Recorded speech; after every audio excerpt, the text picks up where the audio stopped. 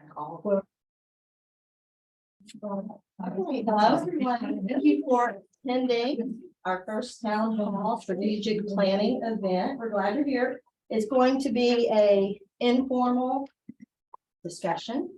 We do have a presentation that the city manager will give us, a very short one, and then it's open to discussion, thoughts, ideas, solutions. We will need the microphone because we do have people participating, as you can see on Zoom. And the only way they'll be able to hear us is if we're talking into the microphone. You won't have to come to the podium, but if you would, please state your first and last name and your ward. That way we will know who you are, okay? So I'm going to call this meeting to order, and let's please stand for the pledges. I pledge allegiance to the flag of the United States of America and to the republic for which it stands, one nation, under God, indivisible, with liberty and justice for all. Honor the Texas flag. I pledge allegiance to the Texas, one state, under God, one indivisible. Thank you. All right, so it's very informal. I'll pass the microphone to you. You raise your hand and have a comment and just speak into the microphone. Okay, city manager, are you ready? I am. All right, let's get started. Get my screen up here.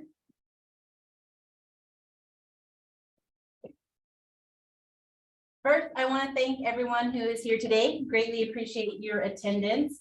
I greatly appreciate council.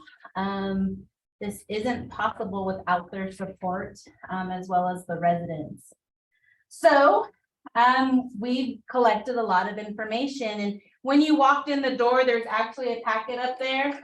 Marcy, last minute, I sent her that 2 a.m. email saying, hey, can you print it out for me?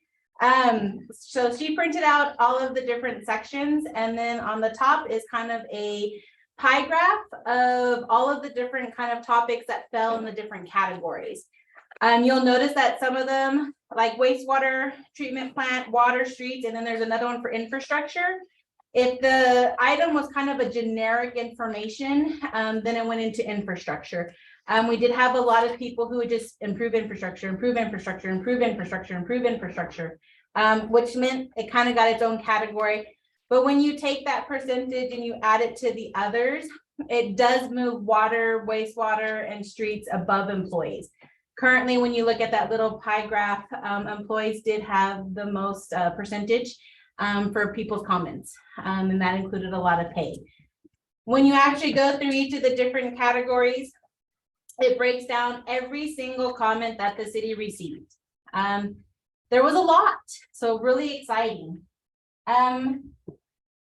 The reason why we went into this was to create a direction and prioritization for the city's needs and opportunities based on the public, the employees, and the elected officials of input and sound fiscal policies. So for a year, I've kind of thrown that word out there, plan. Wanted to kind of get some structure and organization so that as we have changes within the city, we have that direction to make those changes. It kind of gives us a roadmap to the future of Alpine. And I thought it was important that we had this map and that we insisted, I shouldn't say insisted, that we requested the residents' input so that they were part of this map. One of the things I've done a lot of is just a lot of working with other cities and having conversations, and kind of came up with a why do a strategic plan. For me, accountability, that is a big issue. We want to be accountable. It's kind of, we hold the residents accountable to pay their bills. They should hold us accountable to make sure they get their bills. But it just provides that clear guidance on the goals of the governing body. It also helps provide that guidance for the employees. When you get hired with the city of Alpine, you kind of want to know what's the direction, what am I, my purpose, what's my intentions. The other big one, and this one has become kind of like my motto, communication. Communication's hard. It's hard in every aspect of a business, in a family. Now take the communication and put that on a larger scale. We're not Houston. We're not Dallas. We're not Fort Worth. We're Alpine, and we have a little concerns with communication. We wanted to be able to communicate the vision for both the internal and external stakeholders. That's our employees. That's our residents. That's our tourists. That's people coming into town, whether they're traveling through or staying long-term, but just to provide that communication. And then, of course, the big one is prioritization. The ability to prioritize the resources to achieve the goals of the community. That's a big deal. You've heard for the past year, the council talk about, you know, we need to improve, we need to make changes, but we need the money to do it. Or do we have grants that we can go after? Or is there some, you know, hidden talent in Alpine we haven't tapped yet that could assist us? So that's kind of why we're going into this plan. With every plan, there are challenges. And a lot of what I've been looking into, I kind of wanted to narrow down what are our challenges and to group those. It's kind of like a business. You have to have your proposal, your business plan. What are your strengths or weaknesses?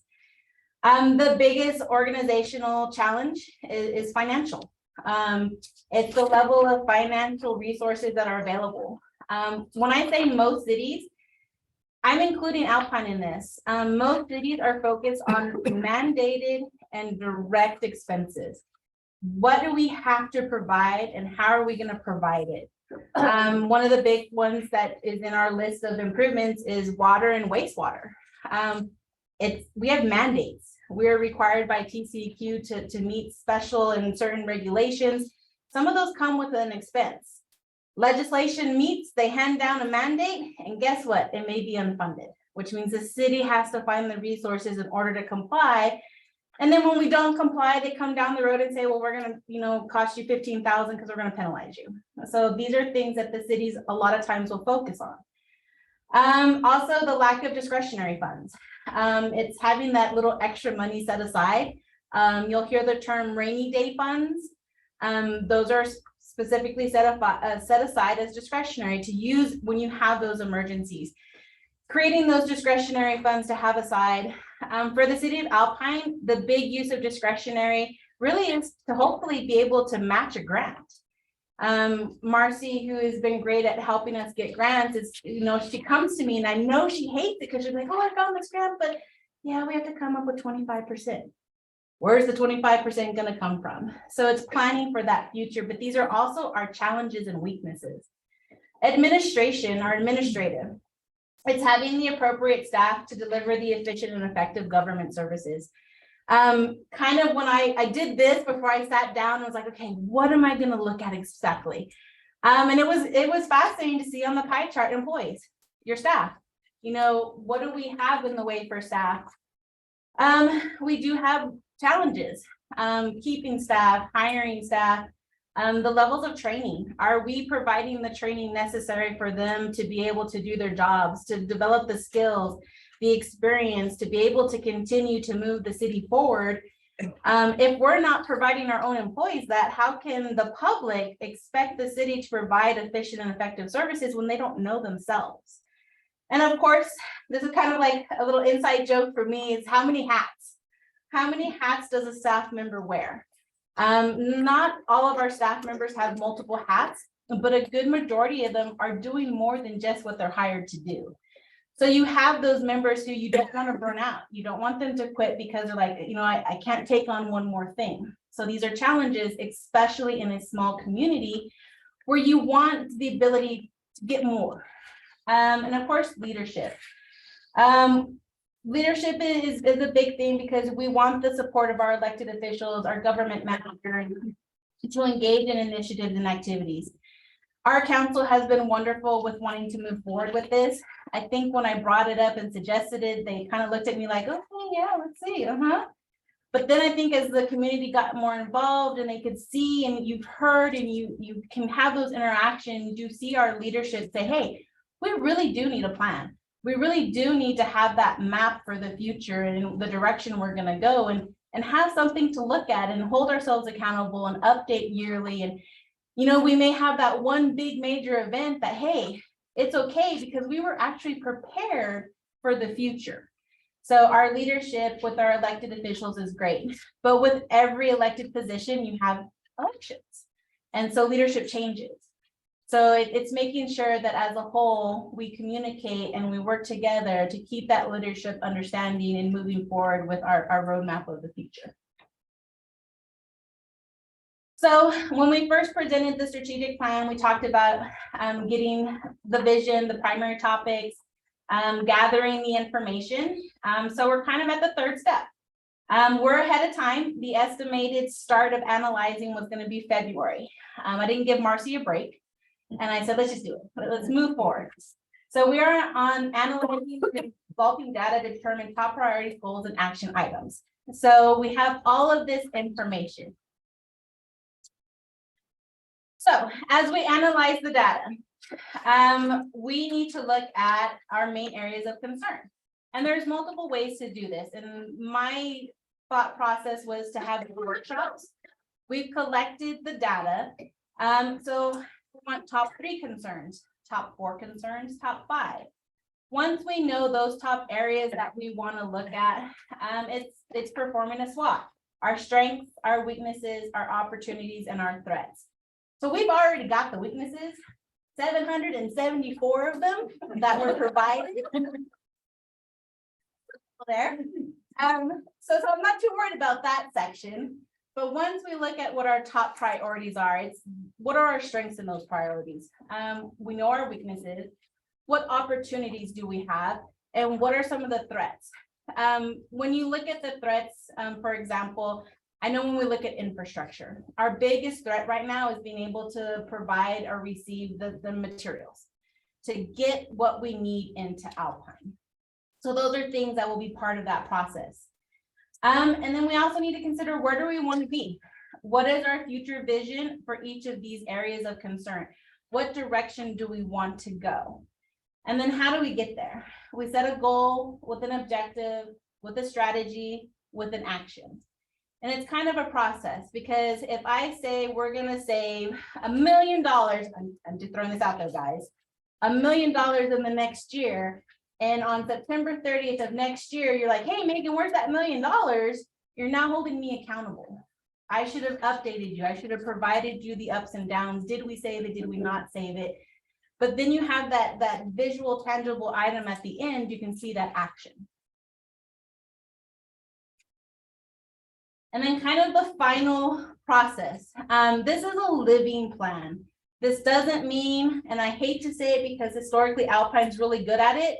We put it together, we bind it, we make it pretty, throw some pictures in there, and then set it on the shelf. That is not the purpose of this plan. The purpose of this plan is to address our concerns, to put actionable items with it, to show the public and our employees how we're moving forward with each of these plans or these action items, and then adjusting as we need.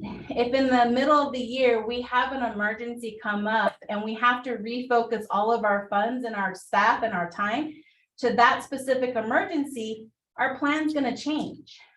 We're gonna be reallocating. That's the conversation with, hey, we didn't get to complete this because we had this emergency. But you get to see and hear and understand the direction we're going. So it was really important for me to kind of put a visual to, like, you know, where are we now? Our goals, our objectives, our strategy, our actions. But then you kind of see did you do it? Did you not do it? If you didn't do it, we go back to the beginning and kind of redevelop our action or our strategy. Maybe something didn't work out as planned. So this gives you the visual to it. And then hopefully at the end, you know, we say we've completed it. Yes, we're done. And we've successfully envisioned what we wanted. So as you're going through our booklet for you, I want to remind everyone what the mission statement of Alpine is. It's to provide quality services to the citizens of Alpine. We don't define what the services are. We just say quality services. One of the things as part of the strategic plan is I'd like to kind of define what are our services.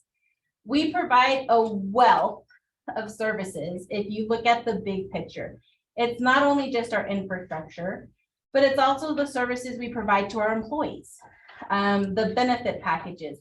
It's the services we provide that we may contract with other agencies, interlocal agreements with the county.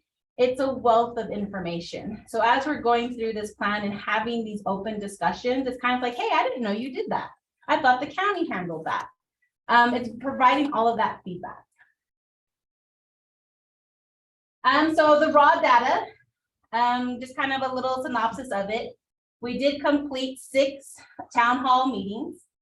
We recorded 774 comments.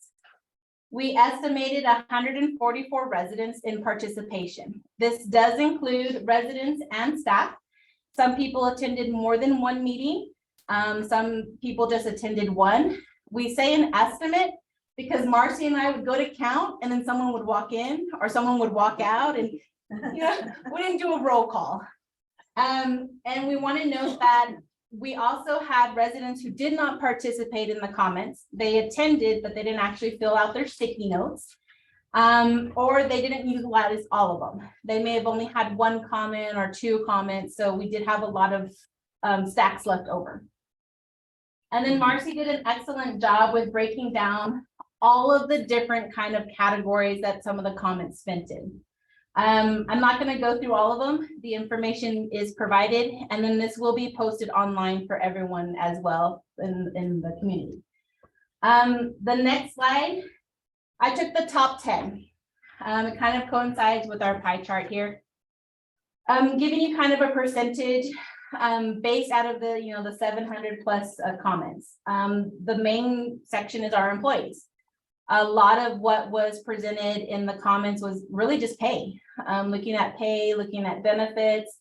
There was a comment about being able to provide retirement besides just your basic retirement, but benefits after retiring. We do have employees who work up until they are the legal age to retire so that they get health insurance. It can kind of take a toll on people. You work 40 plus years and you still can't retire because you don't have any benefits after the fact. So those are the comments that we took into consideration. The second highest one was our wastewater treatment plant and water. We do typically combine those 2 topics. The majority of them, I feel like I was a little biased towards this one. I'm helping Keith out here. Was the upgrades to the wastewater treatment plant. I've been very adamant and open about the needs to repair that. So I thought it was really important to bring it up, to make it very visible, make it very open that, hey, we really need to start investing. And then of course our water, we should have held the town hall meetings this week after our holidays. We've had some, incidents come up, and we've had a couple big water leaks that have impacted the community as a whole. But this kind of just gives the background in that added like, hey, we know we need this. Let's work to get the plan. Streets, can someone raise their hand who does not have a pothole on their street? Karen? We are, and this all ties together back with our employees. It's the staffing and getting the people out there to fix these potholes. I like to say I have the worst street in Alpine. I live off of West Murphy. Eddie is our public works director, and he's mad at me because I keep pushing that street down. It's kind of those, no, let's wait till the end. Let's get the other ones fixed first. But we do have a lot of streets that need repair. The hardest part and how this all ties together is how many people got a new road, new seal coat, freshly redone with a Jarrett dirt work, and we came in and cut a line across it to install new utilities. That is the hardest part with our roads. We invest a lot of money and time in getting them repaired, and then we have a water leak come up. Or we have someone buy an empty lot and the future planning of services wasn't installed ahead of time, and so we just chop that road right back up and put in the utilities. When we look at our roads, we want to look at that bigger plan with, okay, if we're going to pull up 5 blocks, I want to make sure we order however many feet of pipe to go in and replace so that we're working together. It's really hard.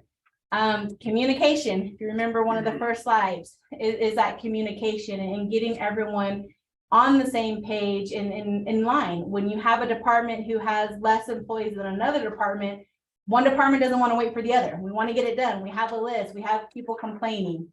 So this plan is to hopefully build that together so that when we go out for resources and when we look at projects, we know, okay, if we're going to pull up this block, this department needs to have all of the utility side and this department needs to have the road material side. Or if we contract with someone, it's laying out that clear understanding is we're going to contract with you, but you're not going to complete your project until we get this part completed as well. And it's working together. Infrastructure. If you look at those comments in there, a lot of the infrastructure is just improve infrastructure, improve infrastructure, improve infrastructure. I feel like the Energizer Bunny and improve and just keep going. But it was a big deal. Enough people made the comments that it's one of the top 4. But like I said, if you take the 2, water and streets, and combine the comments with infrastructure, it does move those up. Another one, which was great to see, is the parks and recreation. We did have a significant amount of feedback on our parks.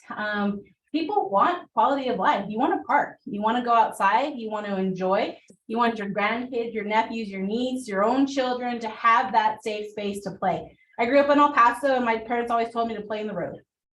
Doesn't quite work as easy, but it's having our parks. One of the comments we got a lot of was Pueblo Nuevo. The southeast portion of Alpine is one of the only areas that doesn't have easy access to a park. We were very fortunate to get a grant. The past 2 years, we're putting money aside to be able to meet the matching. It is a 50-50, but it's one of those, you know, we needed to get it, we got it, but we're still planning to have the resources to do it. We barely got it awarded at the beginning of this fiscal year in October. We had to wait for federal money to trickle down to us. So it's an improvement. It's something we're adding. Other comments included splash pads. There was a few comments where, you know, no more parks, no more improvements. I mean, that's okay. We wanted that feedback. But it's also understanding that this is a quality of life, and then this is something that's important to our residents. So we want to know how we can improve this area, or if we need to just, you know, maybe it's not at the top of our list. We need to take it down and find some other time for that aspect. Another one that I really liked, of course, was our economic development. If you haven't heard me say it, you'll hear me now. I can't invite someone into our neighborhood if they don't have roads, they don't have water, and they don't have easy access to sewer. It's really hard to continue to develop our community if I'm trying to entice businesses and people, hey, come move to Alpine, it's the greatest city in Texas. Oh, but may not be able to flush your toilet. We don't want that. So I want economic development. I want our city to grow. I want businesses to be able to come here, but we have to be able to support them as well. We have to ensure that they have the access and the needs that, you know, a city should be able to provide. One of the big things with that, of course, goes back to our infrastructure. The other side of economic development is enticing businesses to come into the city limits is a little bit harder when they don't have the availability for land or a location to build. Because we are, I use the term landlocked. We can't just annex portions of town without them coming to us. It's really hard to say, hey, come to Alpine, but you're going to build in the county and then we're not going to provide you services. So these are conversations that we have when it comes to economic development. A big part of economic development was also the Main Street. That was brought up multiple times. I think it was a great program when it started. Unfortunately, it didn't follow through. It kind of fell apart, pushed to the side, and then hasn't been touched in years. So this is a great idea. If you've ever had tourists or family come to Alpine, it's kind of, you walk up and down, you know, the downtown streets, and you've got the little shops and developing that main street of Alpine. I'm not going to say we're going to be the next Fredericksburg and we're going to, you know, have these huge, you know, tourist stores and everything there. But it's nice to have people come and have that visit and promote our small businesses and help develop that. The next item, these are the top 10 guys, is we combined IT, software, billing, and smart meters. Pretty much all your technology. I call it our 21st century. This one is a top priority on my list. When I did my radio show with Martin Benovich, he asked me what are my 3 things, and one of them is software. It's really hard to keep moving forward when you have to spend most of your time to develop a spreadsheet, to develop an internal process, because we don't have a software that guides it. Building services does not have a software. The permits are all done by hand. So that makes it a little bit harder because record keeping, you've got an internal spreadsheet. Well, someone leaves and a new person comes in and, oh, what spreadsheet? I don't know where they kept it. I don't know the title of it. I'll just start over. So that's really important. The billing is tied to software. Our utility billing software, we regularly have more and more issues with it. I've now kind of become our customer service clerks call the utility billing service and then come to me to tell me to send the email because they answer me faster. So it's having those conversations with, hey, we need help. If you have online bills, how many of you have seen that your gas bill for the past probably 6 months has been wrong? Our software every month tells us it's fixed, and every month I have one citizen who graciously emails me a copy of the bill showing it's wrong. So I really appreciate her. I even told her, I've been told it's been fixed. Can you please email me in February to make sure? Smart meters. You've heard in the radio, you've heard or in the newspaper, you've heard in city council meetings, all of the meter reading. We've had turnover with the meter reading. We have roughly 2,900 water meters. We currently have 2 employees who read them. They have been here less combined than 7 months. That's a very short time to learn where every meter is. I've mentioned it, a lot of our staff here in the office, our finance director, Alicia Salinas, has been out reading meters. I've been out reading meters. I threw a temper tantrum because I couldn't find the meter and it was frustrating. So I can see how it's hard for them to get them all read. When we don't get them all read, we estimate. And that becomes hard for the public because, they come in with, well, you estimated my bill and I want to reread because I wanted to pay the actual amount. And we're fine, we'll do the reread, but this is extra time and effort and taking away from our employees to fix those water leaks, to replace those meters. So smart meters is a big thing. It's not something that I think has really been on the forefront for the city of Alpine for, anytime soon. Let me rephrase that. In the past, it hasn't been on the agenda. But now that we're seeing the complications and we're seeing the billing and we're seeing the meter reading more and it's very open to the public, it's easier to understand. Yeah, I want a smart meter so I can go into my little portal and say, ooh, I must have a water leak. Or, ooh, something's going on here. Oh, my brother took a shower. You can see that, and I think that's important. The next one was public input and outreach. This follows under our transparency. It goes back to communication. How do we interact with the public? Gio Calderon, our city secretary, has done a wonderful job with our website. We are adding more and more and more to it on a regular basis. And we really want to direct all of our residents to that because it's a sole source. The information is going to be there. If it's not, it's a phone call. Hey, I've got this idea. I've got this spot. How do we add it? Can you update it? We want it to be the primary place where people go because sometimes you pick up the phone and like, oh yeah, my brother-in-law works for the gas department and I'm going to ask him. And he's just like, what? I didn't know we had that going on. Communication, it's getting everyone informed. And so one of the things that, we're trying to do is improve that. And your comments is included in this with the input and outreach with our residents. Business ideas. We had several people come in with different business ideas. Love it. And then of course, the last one is development. Kind of goes back with the economic development as well.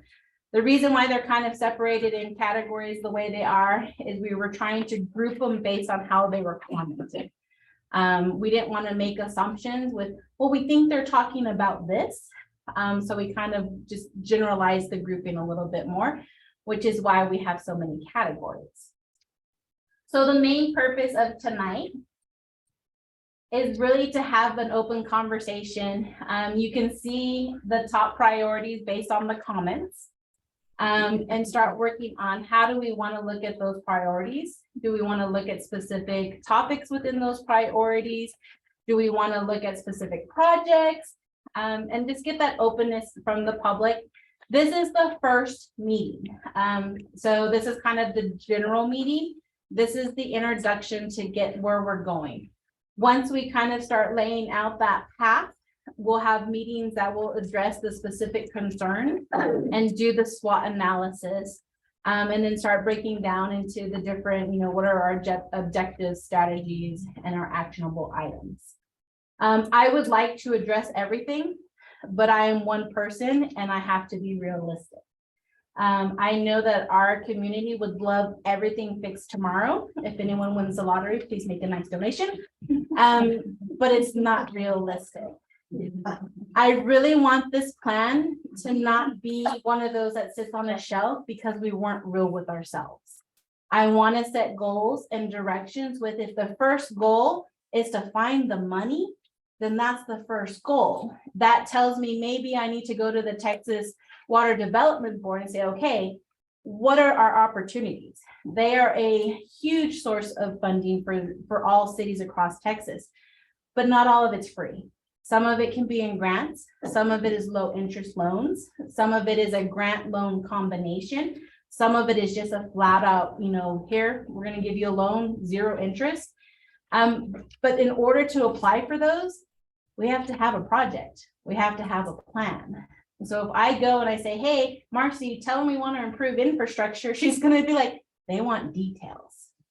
This is part of this plan, is we understand that we have the resources and what are we going to give them to get the plan. Infrastructure is the big one. Employees are a big one.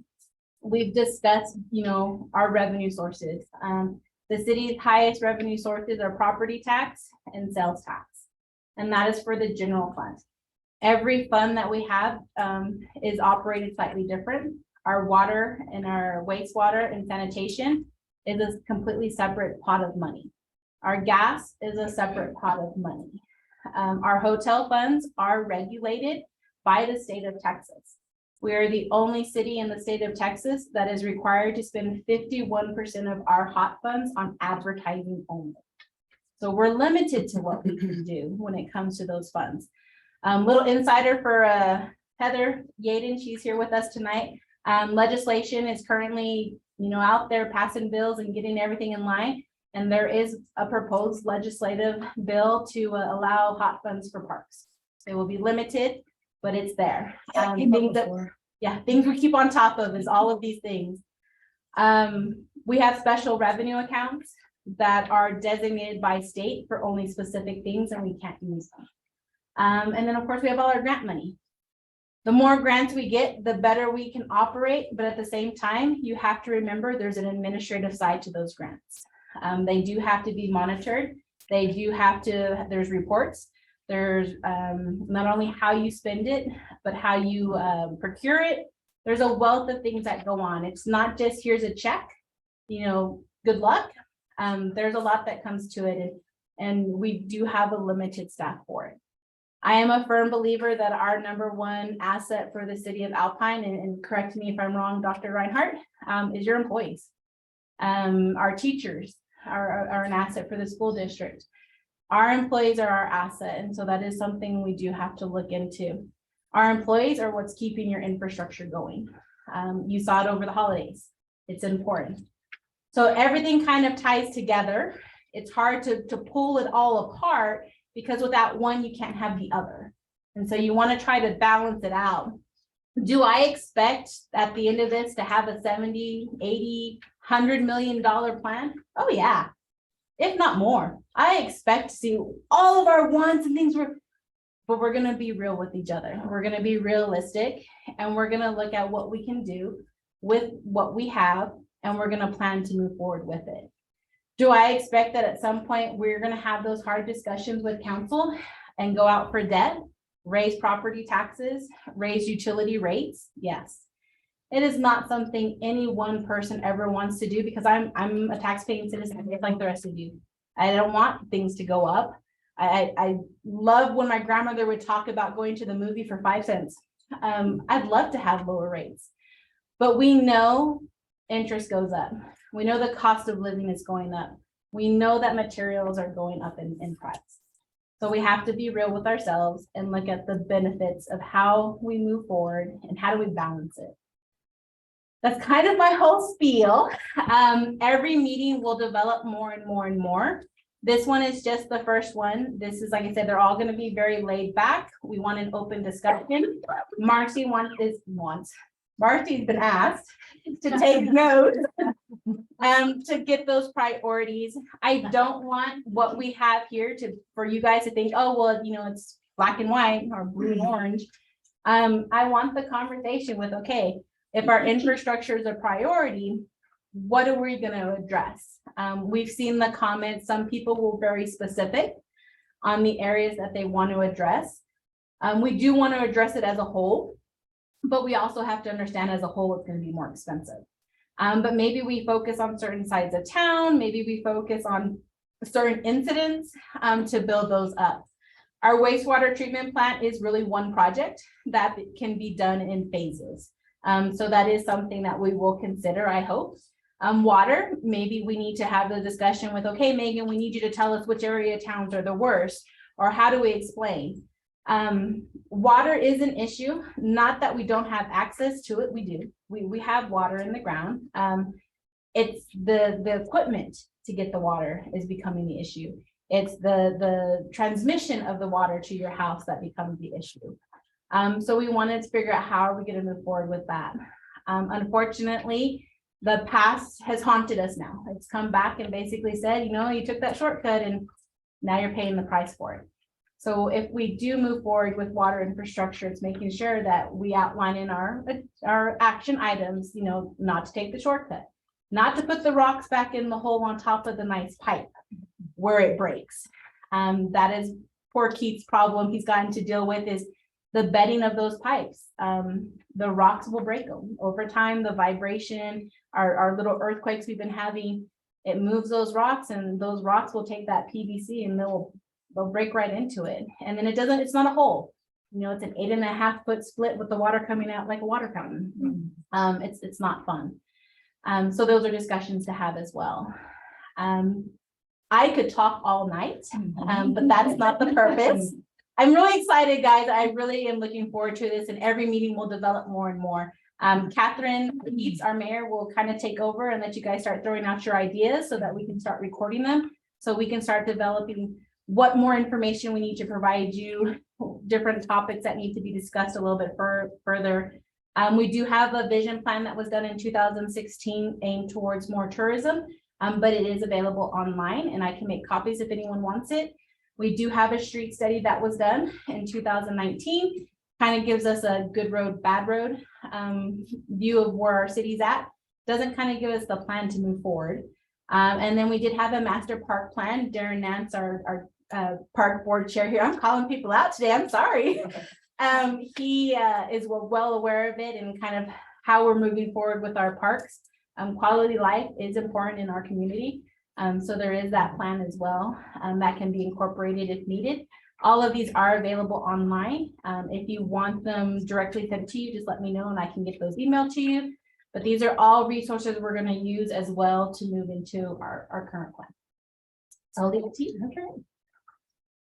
I just ask that you guys be patient with me as I am over here taking notes and slowly, right? Just patient with me. Okay, so we'll be patient with Marcy. She's taking notes. By the way, that's Marcy Tuck, who's our grant writer. And y'all know Gio, the city secretary, and then Megan, city manager, of course. Darren Nance, Sarah Parks Board. Karen, you're also on Parks Board. Okay. Councilmember Chris Rodriguez. And I want to say a special thank you to Dr. Reinhardt. She has been very helpful during both of these boil water notices. She used it's called Remind. It's like a text messaging system that teachers, you use it in education a lot, use to send out messages to students and parents. And so she used that to contact everybody who has signed up for it in AISD to let them know about the boil water. And then she also was out in Midland, Odessa, and she talked to the superintendents out there and got some water donated to us and she brought it back. So thank you very much. Yes. All right, so who wants to take the mic first? I guess I will. All right, so just remember, state your name and. Chris Rodriguez, And as long as you don't want to wait. On the council for Ward 2. I think we all know that our needs are greater than our revenue. So although we have so many wonderful ideas, my question is, do we really want to take the time to discuss 10, 12 of them when we know there's no way we're going to be able to fund that many? Maybe prioritize a smaller number and work on getting those. I think there's a lot of things we need to do to prepare for some of these things that you're asking. I think we need a study, rate study on water, gas, that type of thing. There's so many things that we're going to have to discuss other than just making the plan. Everything from where the money's going to come, make assumptions on inflation, you know, what our citizens are going to be able to afford. I think we need to spend a lot of time on that too, not just making the plan. Because like you said, you could come up with a plan of 10 million and all that, but all of us know that if we spend 6 months on that much, we're not going to be able to do that. So that's actually perfect, Chris, and I'm glad you brought that up because that would be part of the plan, is if we need to go out for a rate study. So we are currently working with a third-party vendor, US Communities Unlimited. There you go, Communities Unlimited. And getting kind of a rate study for our water. And they presented us a little estimate on the wastewater side. It is a free study currently. They'll also help us go out for grants. I say currently because maybe it's not enough. Maybe we need something bigger, more in depth. But that would be part of the plan is how do we get to the next point? So we know we need studies. Do we need to hire an engineer? Do we need to look at, hey, you know, Water Development Board has a free financial service. What can they provide us? That is all part of it. That is perfect. I just want to be sure that we're doing that. And at the same time, getting a realistic view of our finances and everything else. So I just don't want everybody to think we're spending all this time, we're coming up with 20 things on there. Well, there's no way we're going to get to anything, maybe more than 2. And I also too want to thank Dr. Reinhardt. Ever since she has got into Alpine, I don't know if y'all have noticed it, but there has been teamwork with AISD and the city that did not exist before. She is always here supporting us. I hope the city can be there for any need that you have also. We will make every effort to be there for you all too. And I think that's the kind of camaraderie that we need to have. And I hope that all the other university and everybody else makes a gesture to and helps us along, just like AISD. Thank you so much. Thank you.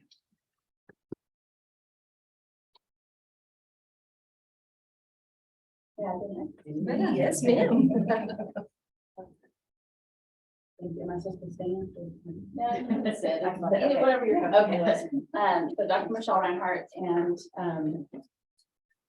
so some of what I'm thinking about right now, this is maybe a complementary side of what you're saying. I hear what you're saying about as a city, the city can only afford to fund the top X number of these priorities. Some of what I'm here thinking about is like, what can the district help with? And so there are some things that aren't going to land in the city's top 10 that I think we're really well positioned to help lead that charge on. And so some of what we're working on with Sul Ross State University and our Workforce Development Board is skilled trade pathways. And so I think that also has benefits for the city's employees as it does for our employees and for our students. How can we help create more pathways starting in our high schools, but ending in certifications for people to become trained electricians and other field trades. So that's an area we're doing a lot, which I think can have ripple effects. If we have some of those training opportunities locally, how might that be?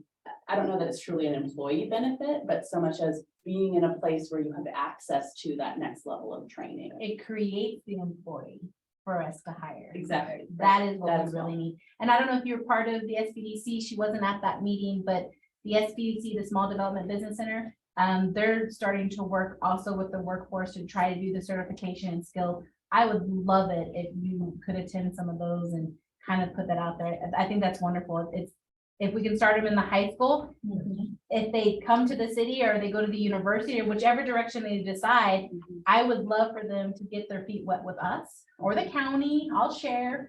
But with Alpine, with our community. And our plan for that too is that it creates more higher wage positions and skilled workers for skilled positions Because they who have are the training. from Alpine as well. Another one is childcare. I am a few weeks away from an announcement, so I don't have anything to share. Even though that felt like an announcement, but it's something we've been working on, and we have some good news coming in that area. So again, whether that lands in the city's top 10, I think this idea of having partners across and having different organizations that can step into those needs is a really I'm surprised it's so low because it's so, I'm a mother with young kids. yes. They're not, I don't know if anybody else can have kids, you know, mine. I'm surprised it's not higher because we can't have the workers that we need in like our tourism industries, in the entry-level jobs, our city entry-level jobs, if we don't have the childcare to support. It's a, I'm probably loud enough. It's scattered around. Yeah, it's scattered around, but I'm just surprised it's not higher because you're not gonna get to the place on so many of the things that are higher if you don't have childcare for the parents. And you're not gonna have people who wanna live in Alpine and can afford to live here if we don't have some kind of state funded childcare, because you can't afford to take an entry level job if you're paying all of that out of pocket to your childcare provider. And the flip side of that would be affordable housing. Exactly. And I'm opposite of most people in Alpine because I'm in Alpine because this is where my childcare is. Not the other way, because my mother-in-law is a retired school teacher and watches my kids, but that's why I came here. But as a person in tourism, you don't, because that's what I do here, to see the hotels and restaurants, and we've had so many restaurants. I keep the restaurant guide up to date. It's a full-time job in itself. And so many in the last week, 2 weeks have changed hours or closed completely. They don't have, some of it's workers, some of it's economy things, but if we don't have childcare and housing that they can afford, we're not going to be able to keep the places open for tourists to come to when tourism is our largest industry, employing 30% of the population here and bringing $60 million a year into the region. So it's going to lead back into all the economic development things and the business ideas that everybody's talking about. So I think that's awesome. Like I said, I'm very fortunate that I don't need it, but there's that, I mean, you hear it over and over again with people, other mothers around that have children. They may just mind Marcy's raising her. Too. Yeah. But that's what I was gonna say. And then I to Chris's point of like not doing so many things, I think that what would make sense in like my head is like, okay, we know we need to do wastewater and water and infrastructure things. So like, let's balance it. We're going to put forth so much money and time for that. So then balance it with the quality of life thing so that it's not all just the things that we have to have, but then some of the wants too. So that when you're focusing on the few things that you're going to put money towards, it's like a little bit of a payoff for paying more, you know, but it also is going to give us this. And as far as hot funds goes, parks, I'm 100% for that because people, almost every tourist who comes asks some kind of question about where can we ride bikes, where can we walk, where can we do these things. Having a pool is a lot of tourists like that because the other option is Balmoral, because a lot of our hotels, you know, don't always have access to their pools or things like that, or now some people stay in short-term rentals, but no really for that. So I think that that's great because I mean, I wrote the thing that's on the city website and on our website about what parks we have available. And when you sit down and you write out what's available at all the parks, I mean, if you go on there and read it, it's a lot. We really do have a lot of parks available here. And I think some more money put toward them would benefit everyone. And right now would be a great time to burn all the stickers. P.S. Dr. Reinhardt, did you finish what you were? Yeah, I have just one more Okay. to share, and that was actually, it's related to parks. Another area that we're working on is after school programming and summer programming, and how that relates to some of the city objectives too, is that there's a lot of funding in that space for school districts right now. And we'd love to be able to pour that into some kind of partnership as well. And so I say all this to say, I think there's value in the city having a narrow focus, like you're saying, on the things that, like you're our top 10 we can realistically fund. But I think that these continued partnerships that we've built across different organizations can help us solve some of these others that fall outside of the top 10 through the work of these other organizations. Dr. Reinhardt, I just wanted to point out, no. I just wanted to point out that one of the categories is partnerships. This is Marcy, for those of you on Zoom that cannot see me. I just wanted to point out that one of the categories is partnerships. So, yeah, and so that's definitely a key one as well. Actually, there were some I thought pretty decent ideas that came from that. So, I agree, Heather, with what you're saying, as far as keeping some, some parts of it. But we also need to keep in mind that some of the things that you said, that the childcare and bringing in new homes and stuff like this, new businesses, it revolves around our infrastructure Yeah. being put up. Exactly. We cannot keep passing that cost on to businesses. I'm sure Mrs. Fielder can verify that. Putting a business here in Alpine was probably more expensive than had they gone somewhere else because of all the things that they're having to deal with because of our infrastructure. And there's not that many businesses that can afford to do that. I'm bringing in new housing, that's again tied into that. So, we need to put the majority, I think, is start with our infrastructure. And like Mrs. Reinhardt says, use our other people to help us in getting the fun stuff and stuff like that. But let's try to work a little bit more on what's actually really needed. And that's going to bring everything else a little bit further and get the fun stuff just a little bit at a time, what Alpine ISD can help with and all that.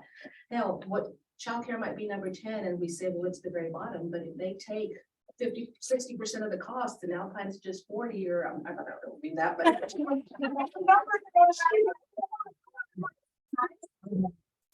so we could possibly do that just by, just also giving up some of their money or something, that type of thing.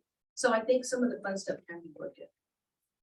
And I love the idea of balancing it. I love the idea of partnerships. I've been in the city for 20 years. And I'm one of those who worked for the county. And when they said you worked for the city, oh, nope, I work for the county. Seeing these partnerships flourish and actually grow and the term being used is really exciting for me. I've seen both sides and how we're all moving in the same direction. And we're becoming that community again. So I love the idea of balancing. And then you're right, I've said it too, can't invite people into our community if our infrastructure doesn't work. So great idea so far. Who's next?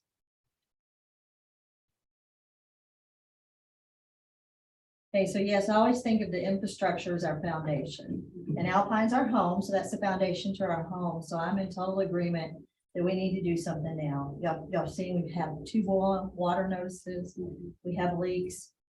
Dalen? This is our director of utilities, Keith Seeger, by the way.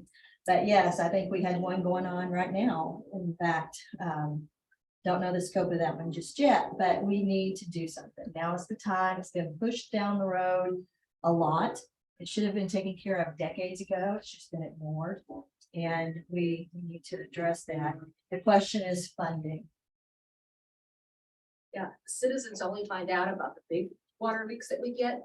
And even that's a lot. You all think, oh my gosh, y'all don't realize that I don't think a week goes by that we don't have a leak somewhere. Day. What was the number of constantly- work orders they did this year, Megan?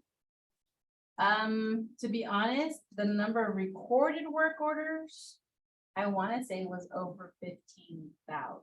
No, it may not. It was like 20, I thought you said the other day. It was, Yeah, it it's was like, crazy high. it may be more. So we have just a little background, we have work orders that we actually have in our system. And for, the poor utility department, when they're on call, they have to create a paper work order so we can get it into the system. So we kind of have 2 work order systems running, one manual and one with the system. It may be closer to 24, 25,000. But this is everything, guys. This is leak investigate, this is curb stop replacements, this is meter reads, this is rereads, this is new service, tap assessments, this is an actual water leak. It's everything. And you have in that department altogether 13.5 people, but that includes your environmental services, dealing with your recycling center. That also includes your wastewater treatment plant. You have 2 individuals out there. That includes your meter readers, but all of them work to get all of that done. Which is a reason, which is why it's so frustrating to everybody on our billing. And not that we don't, not making excuses, and we still have to continue to work at getting that done. But these are our meter readers also. And they can't read the meters and they're constantly out there putting out fires and fixing leaks, which is what they spend their time. And at the same time, we want them to take a break. We want them to go on vacation. We want them to get trained. Means you're removing that person managing those work orders or helping with those fixes because you want them to get the education and the training. You want, you know what, you're burnt out. Take a week off, take a day off. We've all said that I need a mental health day. It's the same with our workers. They need that time. We don't want to burn them out and then leave. Has anyone considered some kind of level billing? Like the electric company and the gas companies do?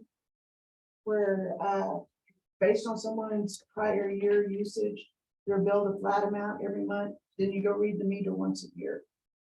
So we And they do. a catch up. We do budget billing. So you pay the same amount every month. And then, of course, we're still internally reading the meter because for us, reading the meter is not just to bill you. That is a priority, but it's not the only thing. We read the meters to tell you when you have a water leak. When we're out there and your meter's doing this, I don't want the end of the year, oh yeah, your budget billing was only $80 and now this year it's gonna be $450 because you had a water leak the whole time. What if these people that want to go out and read their own meters to sign up for the level billing, they would also have to agree to read their meters? So we've talked about that. It is the city's responsibility, not that we don't trust our residents, but we have had cases where verification is required. Well, I'm saying that would alert them to it. There's That is also a lot of people on our budget billing that are senior citizens and don't have the means of being able to read it. Because for them, budget billing works because they're on a strict budget, a budget that doesn't change. And they're Trust me, I know. going to be the ones that are gonna have trouble getting the meters and getting to the meters and. Well, I've read gas and water meters, and I know it's a real struggle. I was sore for days afterwards. Yes. It's work. You ever want to work out? We'll let you volunteer to read meters with us. Yes. Man, I'm just trying to think of a way, because there's such a shortage of employees, I was trying to think of a way, even if it's just for a year or two, so things level out after the pandemic. Catherine, can you state your name out loud? Yeah, Marcy would want your name and for the record I'm and. sorry. Catherine Crumpton, Ward 2. Thank you. Should have thought, I just thought in my head.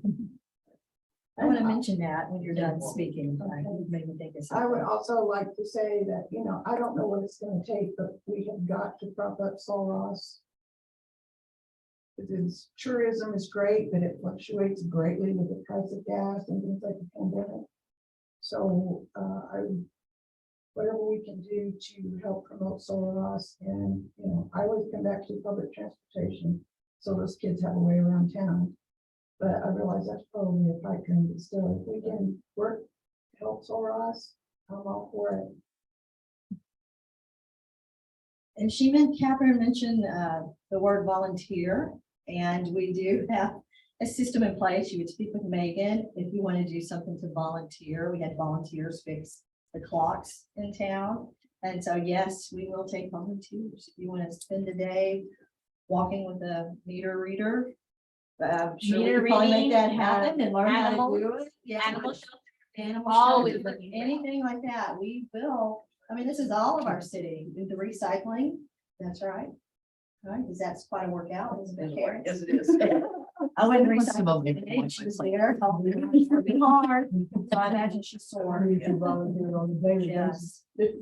So did we want to address a path forward, at this meeting on how we can start with whatever the priority is? You have some. Well, I was gonna say a couple Okay. things. Darren Nance, Ward 3. I was just gonna say a couple things. One was on infrastructure.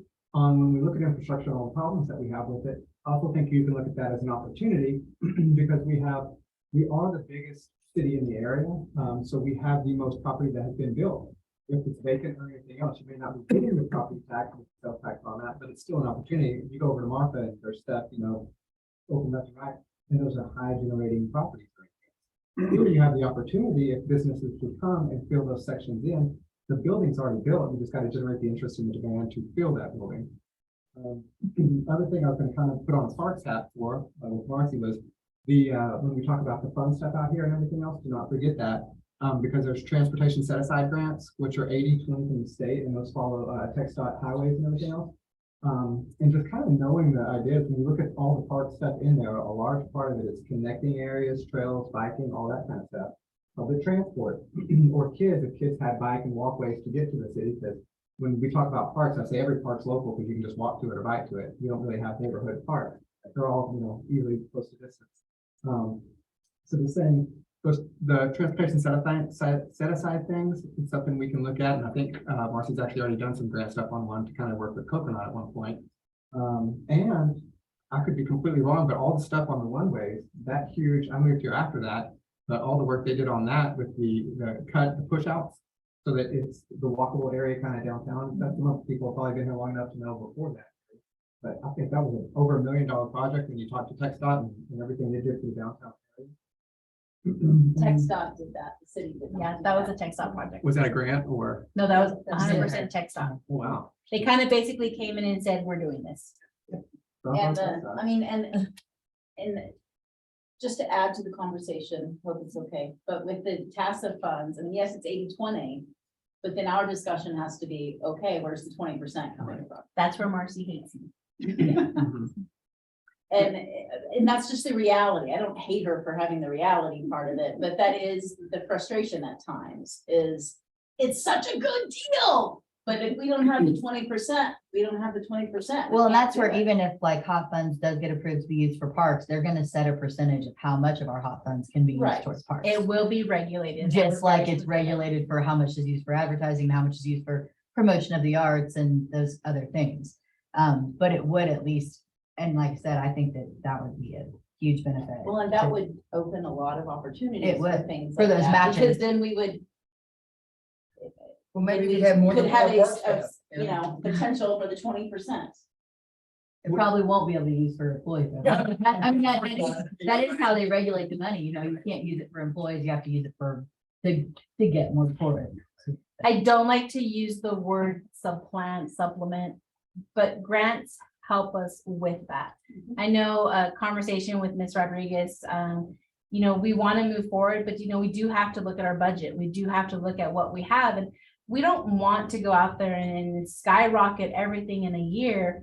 But it's understanding if we go out for a grant or we go out for a specific, a debt project or something like that, it balances it out. We don't need to budget as much in our expenses because we have this outside source coming in. But then let's go back to reality. We have that outsource that came in and it helped us for those few years, but we still have to maintain it in the long run. In 2003, probably 2006, a big section of water lines were replaced on the south side. And that really helped the city in that area. But we still have to make sure we maintain it. When we dig up a road, we have to make sure we don't hit the line. When you hit a line, you change the infrastructure because now you've got a weak spot. You put a clamp on it. Clamps move, vibrations. So we want to make sure that if we're going to invest in our future, that we also think about, okay, we're going to reduce our operating budget to have a debt so that it's going to pay for these larger things. This will only last so long before we have to go back to that budget and think, okay, now we need to ensure we can maintain it. Do we have the staff to maintain it? Do we have the resources to maintain it? So it all works all together. And this is why it's really important for our community to be invested. You may have a few years where all of a sudden you're not, seeing the larger budget numbers. And then when it comes back around, it's like, okay, yeah, we took out some debt, we're paying it off, we're doing good, we've gotten things fixed, we're coming into that balanced out level. Okay, now we got some maintenance. I mean, you don't buy a brand new vehicle and never change the oil or change a tire. You have to keep maintaining it for it to continue to work for you. And that's been the unfortunate. We try to maintain, but we just didn't do it at the level we needed to. I think that's why it's important that we stay realistic, because even a 20% match is a lot.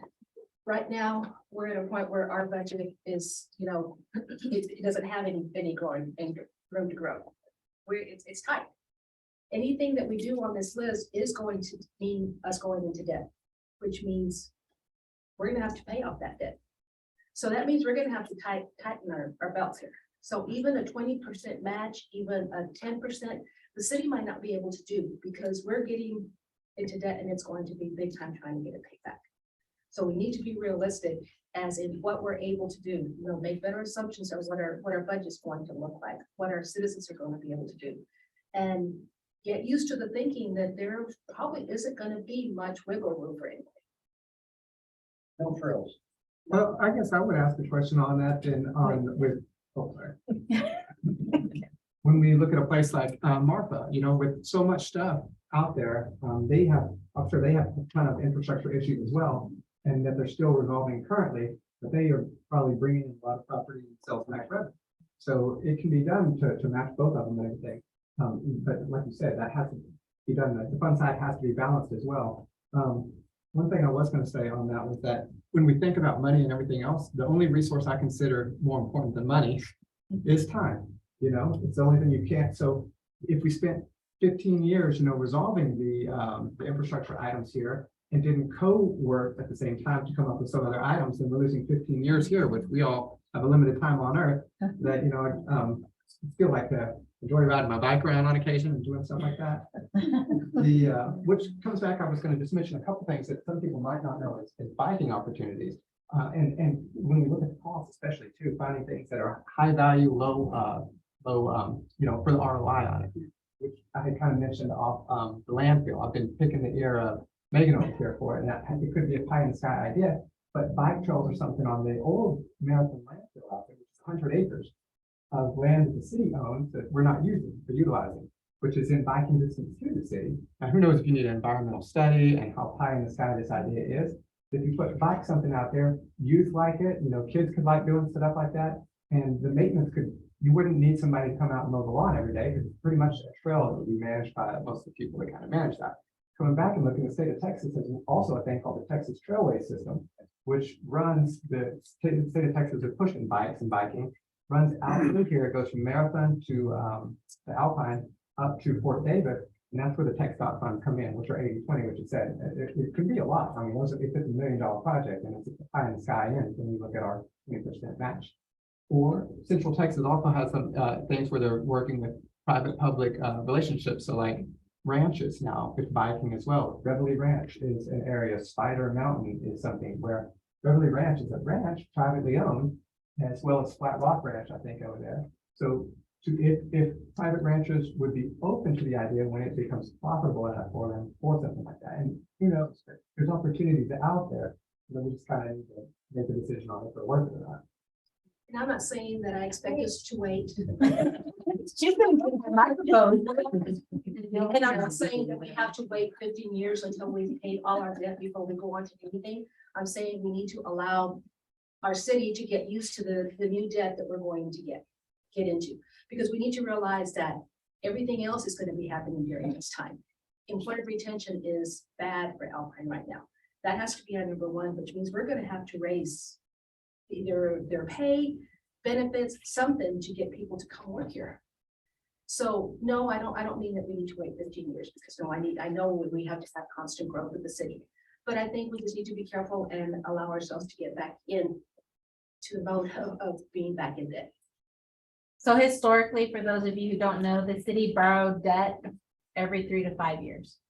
It was anywhere from $1 million to 38 million. It really fluctuated.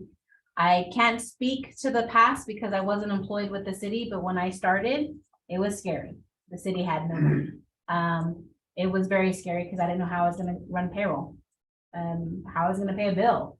There was no money. The city has grown in the past 10 years and there is a significant change, but Chris and Darren are right. We don't want to get back into the old routines and put us in the same spot in 10 years or 15 years. And I do want to point out that this plan is going to look at the big thing, the big items we want to accomplish, but that doesn't mean that that's all the city's doing. That doesn't mean that we're sitting there, oh, nope, this is the only project I have to work on this year. No, there's still going to be behind the scenes and moving forward and little projects and community involvement and partnerships, and our boards and commissions don't get to sleep either. we're still gonna move forward. It's just managing it better. It's taking all of the information and actually having these discussions. Like I said, 20 years, and I've never seen this really happen. It's great to have people want to come in and say, hey, random idea, want to work with me? I love it. But we do have to be careful. We don't want to go out for debt and then all of a sudden be in the same boat we were 10 years ago. 2013 was not a fun year, and it was really upsetting for employees because they were front page news. So we don't want that.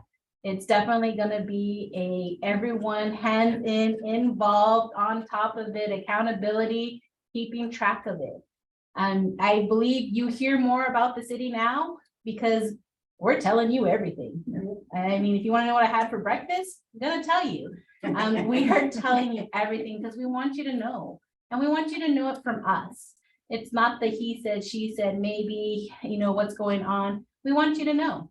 We want you to know that we have water leaks. We want you to know that, we are struggling with software. We want you to know that we have to raise our pay for employees, but with the structure.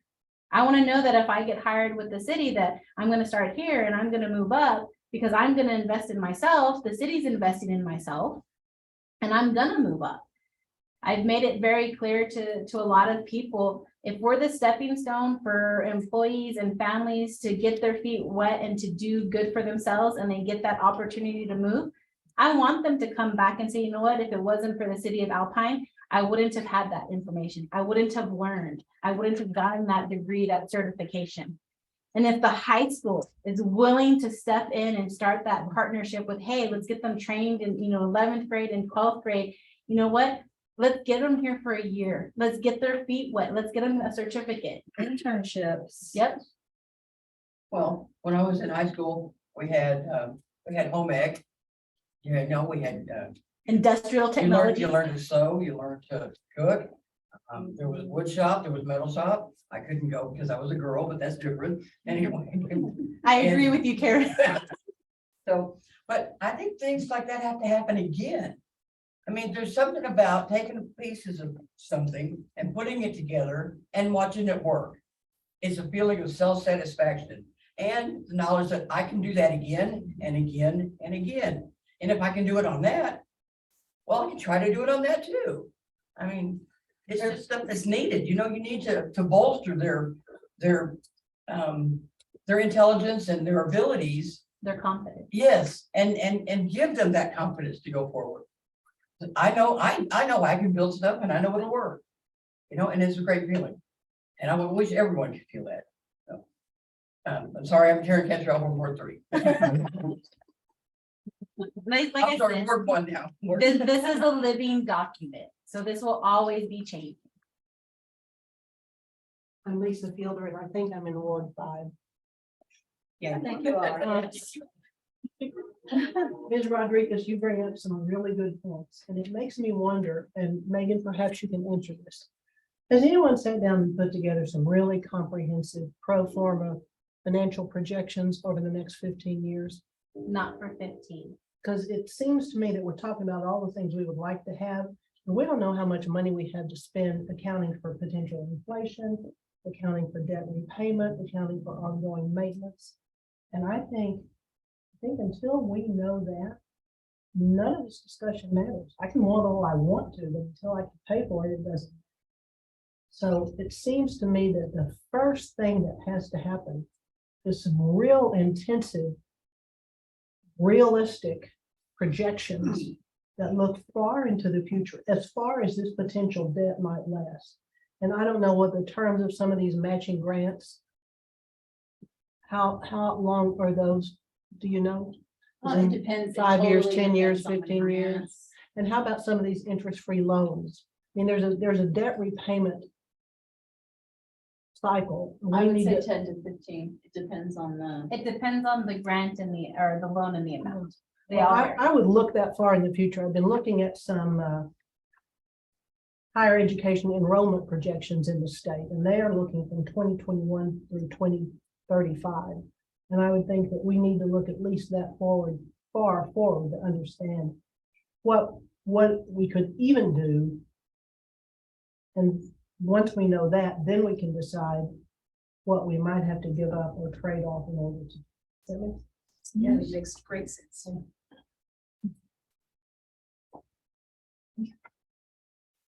Here I go, Herbert, Ward 2, and I agree with everything you just said. I think we need to look far enough in the future to know that this is what we can or cannot do and how we're going to pay this back. But my main question is actually for Keith. But you asked, I was just leaving. Last day. I hope it's an easy question. If we are to start as a city at the infrastructure with the water, is the best plan of action to start at the wells? Well, as Megan, Feel like I'm passing hot potato. Keith Seeger, Director of Utilities, as Megan has already alluded to, having the source of the water is not the issue. We have water availability, but it's the infrastructure getting it to the citizens and the city is the issue. From what I've seen, these last several major main breaks we've had, the real issue has been the company that installed them was in proper vetting, and then the ground upheaval that we've had, as you mentioned, the rocks had ground upheaval, whether from tremors or earthquakes or just cyclical weather, has created these big stress fractures. I don't recall the Christmas Day leak. I don't recall we had figured for leakage, but this past one we had Sunday and Monday, about 4 million gallons. So I mean, you get to the point where it's diminishing returns. You need to get the infrastructure fixed so that you don't lose the water that you've already manufactured. And we're very fortunate that we have great quality source water. And the only thing that we do to the water here is that we inject chlorine for disinfection purposes for TCQ regulations, and that's it. There's no treatment other than what comes out of the ground because it's good quality water, and that's a good thing. So we just need to take better care of it once we get it up out of the ground and repair the infrastructure so that this doesn't happen. And then again, the other aspect of it is the wastewater. That infrastructure it's old. There's sections of it that we still find occasionally that are what we call Orangeburg, which was during World War II, was a tar paper roll basically into a pipe because they didn't have steel, they didn't have clay, it was all used for the war effort. And we still find pieces of that where it collapses and we have to repair it. Protecting the ground, protecting the infrastructure and our resources is vital to the growth of Alpine. And unfortunately, prices just keep skyrocketing. Unfortunately, Megan and I have these discussions monthly or weekly, trying to source these products and services to repair or replace items. Cost has gone up on average 35 to 40% in the last year and a half, 2 years. We used to be able to get a quote for a product for 30 days. Then it's been shortened to 10 days. Now I can't even get a quote for parts except by day, and that's if they have it in stock or they even know they're going to get it. I don't know if that answers your question, but Most of it. If our infrastructure is being damaged by like the earthquake and tremor stuff, if it's being damaged by like natural disasters, is there disaster funding or like money that you could apply for? Because if it's an earthquake that causes it, I mean, like there's federal aid all the time for disasters. Do we need to make some declaration? You Can call you make a Biden. declaration? You're the mayor. The short or long-term answer? I just, it just popped in my head. I'm sorry. It's an act of God. That's what your insurance company tells you. Right, that's not disaster funding. I mean, like when a tornado comes through, an hurricane, you get money. So we do have insurance that covers items like that. Getting federal assistance for disasters, natural disasters. There is a process through FEMA to be able to do it, but you honestly have to be able to document and indicate that that's what caused it.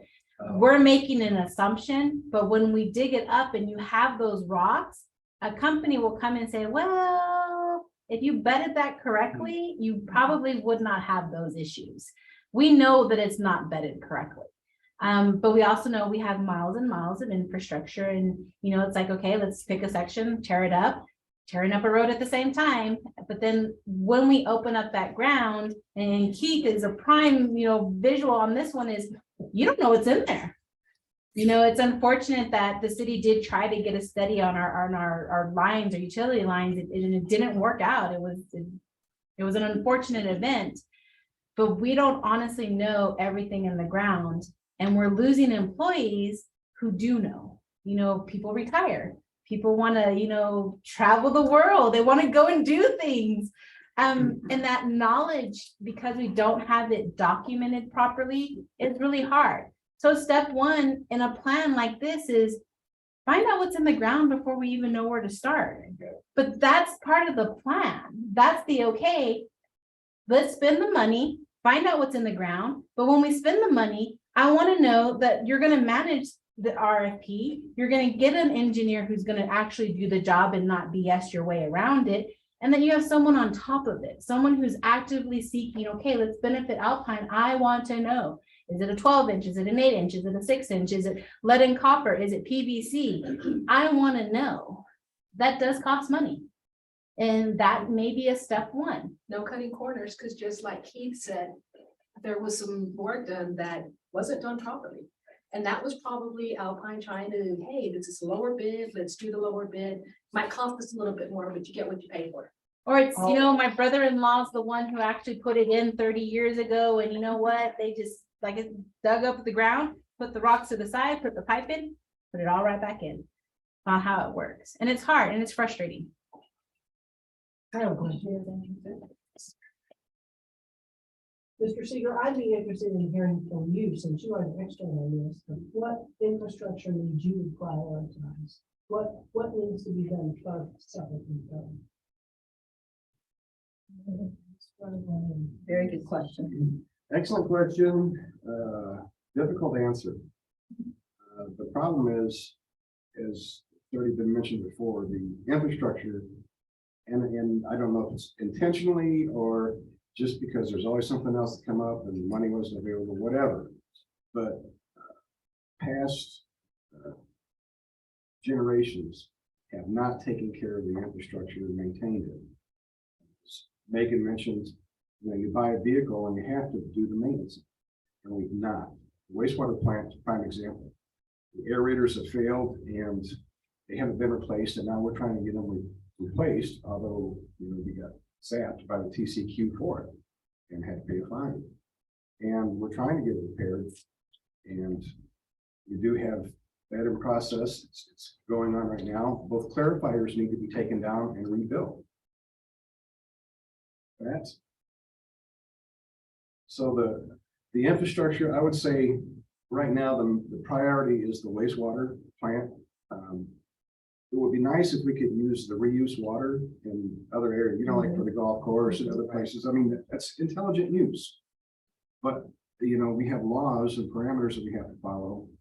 And I can't put it out there unless it meets certain specifications. So I need that infrastructure of the wastewater treatment plant rebuilt first, so that we can start doing that.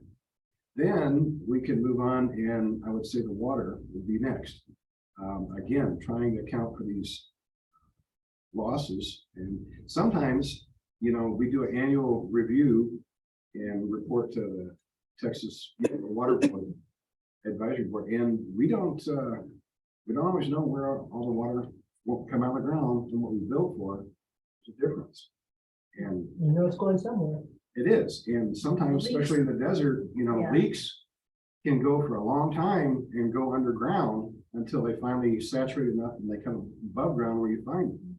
And some of our pipelines are out in remote areas. The one this past weekend, I mean, that was out between Los Ranchos and Country Club Estates.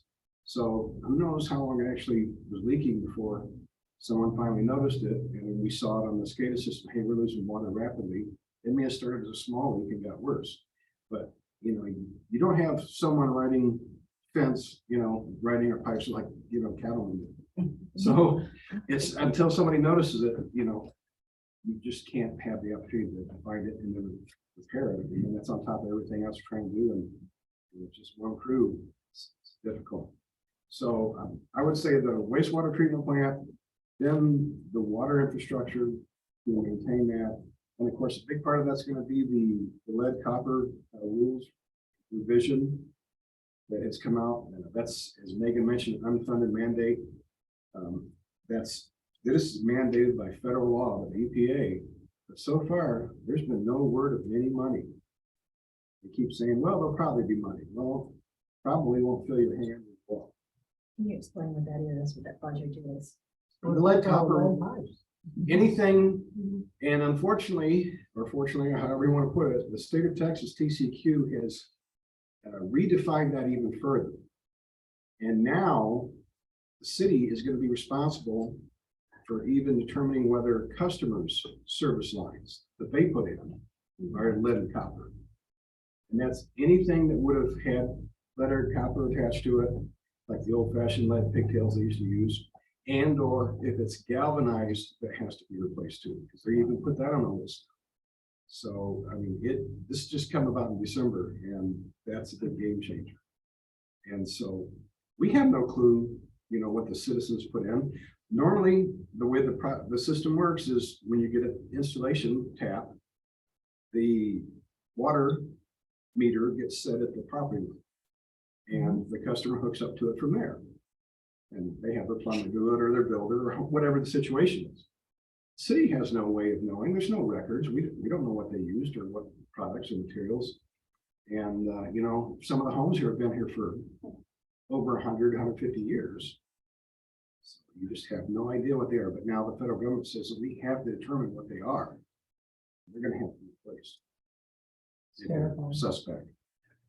So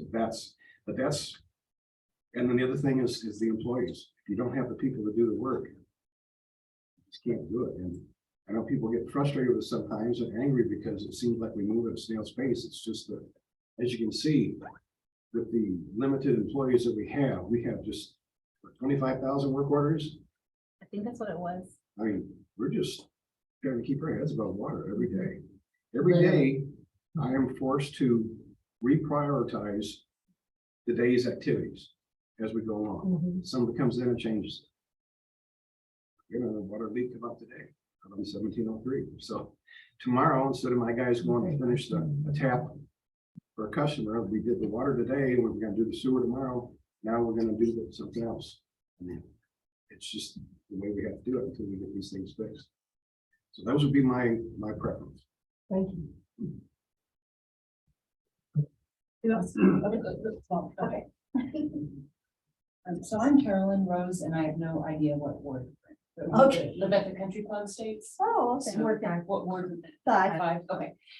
So Keith, you talked about water quality, but what about water quantity, in terms of the wells? I have a couple of questions about that. The first one is that, the wells, my understanding is they're not on city-owned property, or maybe at least none of them are, is that correct? So do we have, the city have long-term leases that are very solid? Okay, what? So I'm going actually, to defer that answer to Megan. Which is good. She has her own microphone. Oh, okay. so no, it's a combination of both. So we do have wells that are on city property, but it's not, it's the fenced in well itself. Okay. And the one I know that it's a little confusing because like Robert's wells, those are in the Sunny Glen area. We actually own that little piece. We don't own anything around it, so we have to have the easements to access it. Makes it a little bit harder. We do have wells in Fort Davis or Jeff Davis County, not Fort Davis, it's us, I'm sorry, Jeff Davis County. We call that the Mooski section. We actually paid Jeff Davis County Underground Water District an annual fee for usage of those wells. So whatever we pump out, they can basically charge us X amount, and then we pay that annually. The city did used to own several wells. I know we've had this discussion once before. Ms. Rodriguez had asked for some information. Over the past 20 years, we've let go of leases, we've let go of wells, we've capped wells. The whole thought process may have been is we've got some really good heavy pumping, you know, great wells that are working. Well, over time, the water's in the ground. but the well needs to be maintained, the pumps need to be maintained, they need to be serviced. So it's kind of a combination of, we own our wells, we have easements to access them, and then Jeff Davis County, we pay them. Okay, and then as far as the pumps go, there was a problem for a period of time with some of the pumps, I understood. Is that correct? Yes, in Sunny Glen area, those are, we call it the Roberts area, Roberts Fields. When you pump 24/7, 365 days a year and you don't ever stop, your pump is gonna tell you, hey, I'm done. So we did have some of them come basically stop. But then lightning doesn't help us. When they get hit, it fries the mechanical side, and so it's pulling them out and replacing them. We don't have very many wells in service in that area anymore. For some reason, we've let them go, we've capped them, which is why we're trying to gain a long-term agreement with the Daughteries for a well that the city used to use that we gave back. But it's having the maintenance.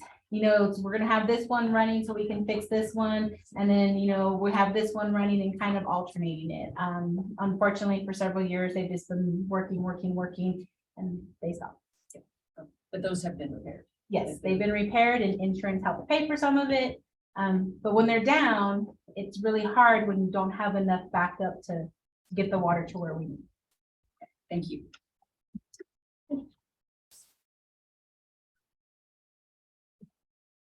I was just gonna mention a couple things on the Strong Towns book that I spoke with Megan on. That, like, you could say we have homes here that are so old and everything else like that. If you were in Dallas, Fort Worth, or anything else like that, you have new subdivisions that are built, and you're not doing much maintenance on those properties for 30 years. So you're receiving 30 years of tax income with very, very, very little maintenance.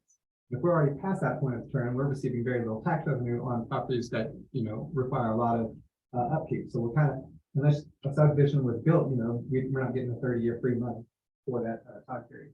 The other thing that Strong Towns actually mentioned, I thought was pretty fascinating, was the value per acre. They're talking way back in the day, cities, metropolitan areas would do value per acre. The way to kind of think of that is if you built a Walmart on the outside of the city, and it was a very, very good property worth $1 million, you're getting what percent, 1 million over a large acreage area. Or if you have density, like the downtown area, Main Street, you have high value per acre. So it's something the city might be able to look at to see where they have opportunities to increase value per acre, in areas that because we have the land, the demand just has to be created so that something productive is being done with it. And then the one question I was going to ask Megan was, when you said that the two largest revenue streams are your property tax and your sales tax, over 10 years, is there I guess, what would be the increase over 10 years, non-inflation adjusted? Is there the ability to grow that to where it would be impactful, or is that just not really much? I would definitely have to look at that in the spreadsheet and then visualize the taxes as it's come in. The city kind of doesn't raises, kind of keeps it to see where we were at. It's been pretty steady. Like, I haven't seen huge increases in it except for sales tax. Aren't they Sales capped tax at- has. Aren't they capped at 3% a year? So on increasing, yes, but that wasn't until 2000, I think 18 or 19. Yeah, going forward. Yeah, it's going capped. forward, it is capped by the state of Texas. Debt is being capped by the state of Texas. So they're reducing cities' abilities to bring in revenue sources. But I could look at a spreadsheet and kind of give you, sales tax has gone on, in big waves, property not so much. And I was just wondering if we utilize that or increase it, is it going to be impactful enough for a big project like fire? So infrastructure would be slightly different on water and wastewater because their revenue source comes from the utility, the bills, what we bring in from that and what debt they have. Different pots of money to do different projects. Hence the rate studies. And I believe we're supposed to get some information around the end of January on that. That is the goal. 31st is when we have our meeting.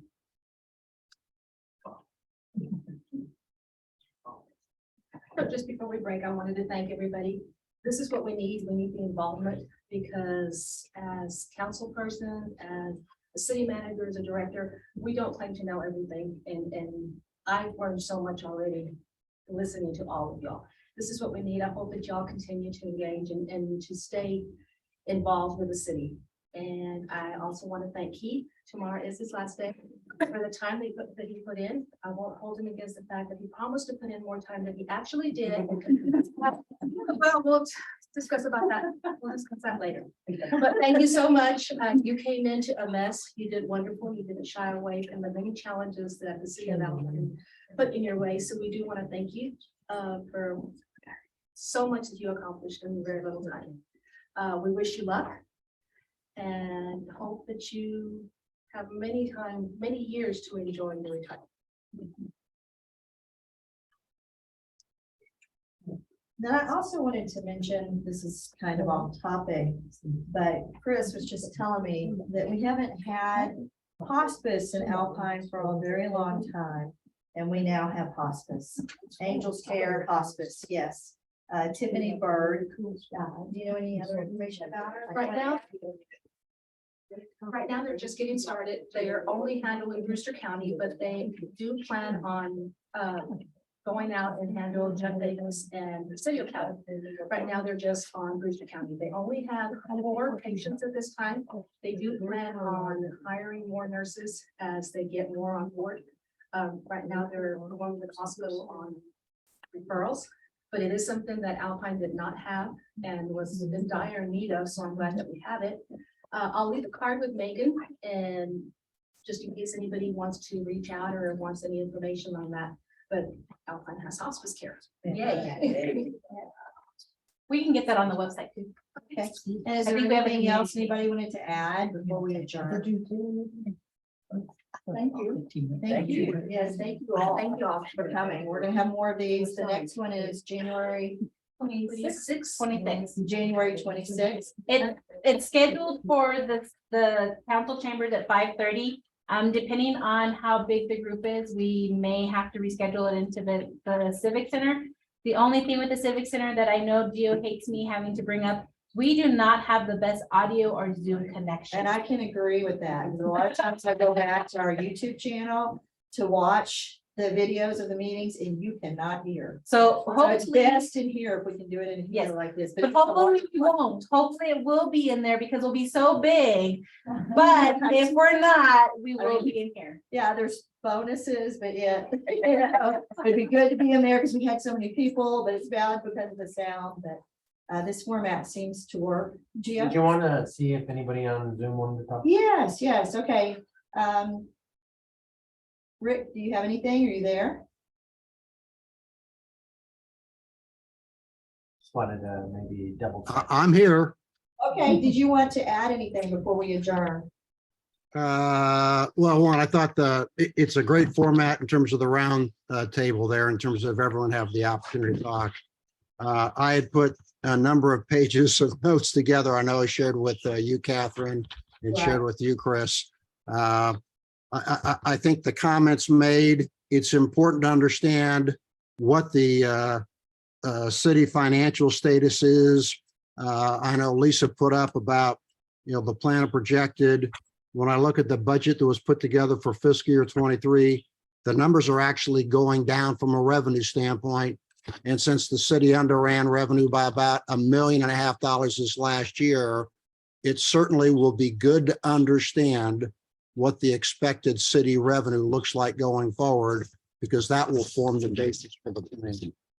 I think the other thing that probably ought to occur at the next meeting, I'm in big favor of doing some multi-voting. I think people, and I thank Megan for putting all the data out there, particularly in the top 10 areas. But I think there's an opportunity to do some simplified multi-voting to begin to focus in on what are the top priorities and what would the expenses look like to go achieve those. I think that's important to be able to put together a strategic plan going forward.